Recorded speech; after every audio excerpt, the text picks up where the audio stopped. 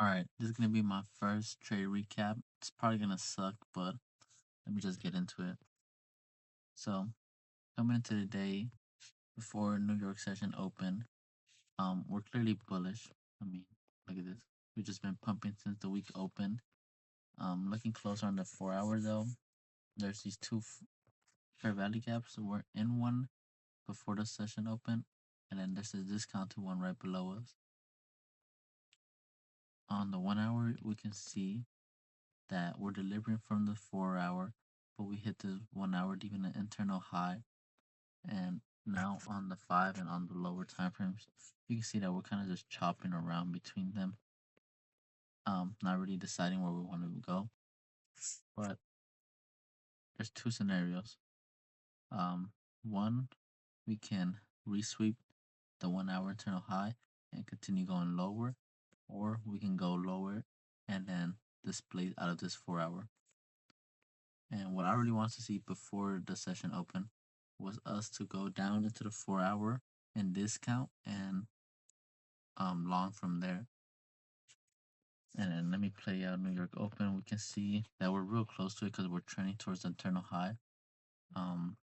It opens and we take out the 1 hour internal high, but immediately we displace down with so much momentum, and it chops around for about 10 minutes, but we do continue going lower, hitting eventually this 4 hour below us. And in doing so, I'm waiting to see an inversion to the upside, and eventually we get it in the form of a 5 minute right here.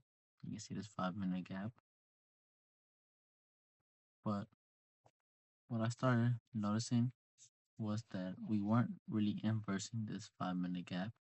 No, we're in a discount and we're hitting a high time frame, but this 5 minute gap is beating the 4 hour. So I got played out. First candle fails, second candle fails, and then this third candle still fails, and it gives us this rejection wick. So an issue I made was being on MNQ, because on MNQ there's this 15-minute gap right here. But if we head over to NQ, I can't type, my bad. We go on NQ, there's no gap. So that just invalidated my trade,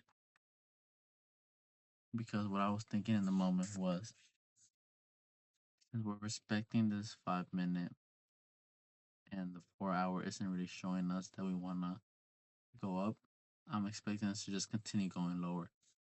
And it's more prominent right here on ES, the same 5 minute gap. You can just see that we're wicking into it and we're not really trying to get out of it.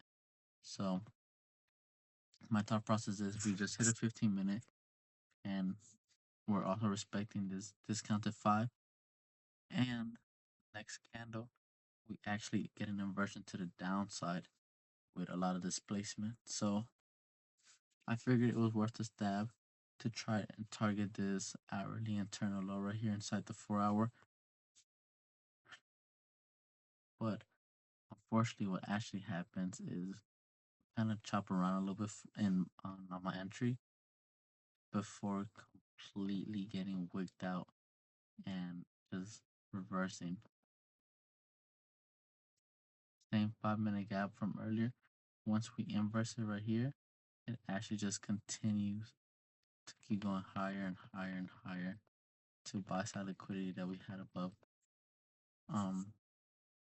It was just unfortunate that this 15 minute gap was invalid, and the whole high time frame bullish trend, because clearly we're we're trying to go up, but that was my mistake for trying to short when we're clearly so bullish.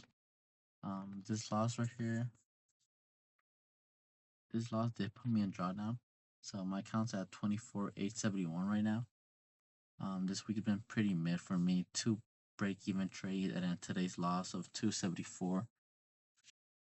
So I mean, it kind of sucks, but it's just part of the process. Tomorrow's another trading opportunity, and we can very much all make it back or whatever. But just lessons to take from this for sure is not charting on MNQ because they're a little different, and I guess just fading the overall high time frame trend because I was trying to short when we weren't in so much of a bullish trend, even though I figured we needed some type of retracement. When we're this close to all time highs, this small of a retracement right here is good enough, and we're just gonna keep going up. So it's just an unfortunate loss, but it's all right. We'll be back at it again tomorrow, and yeah, that's really all.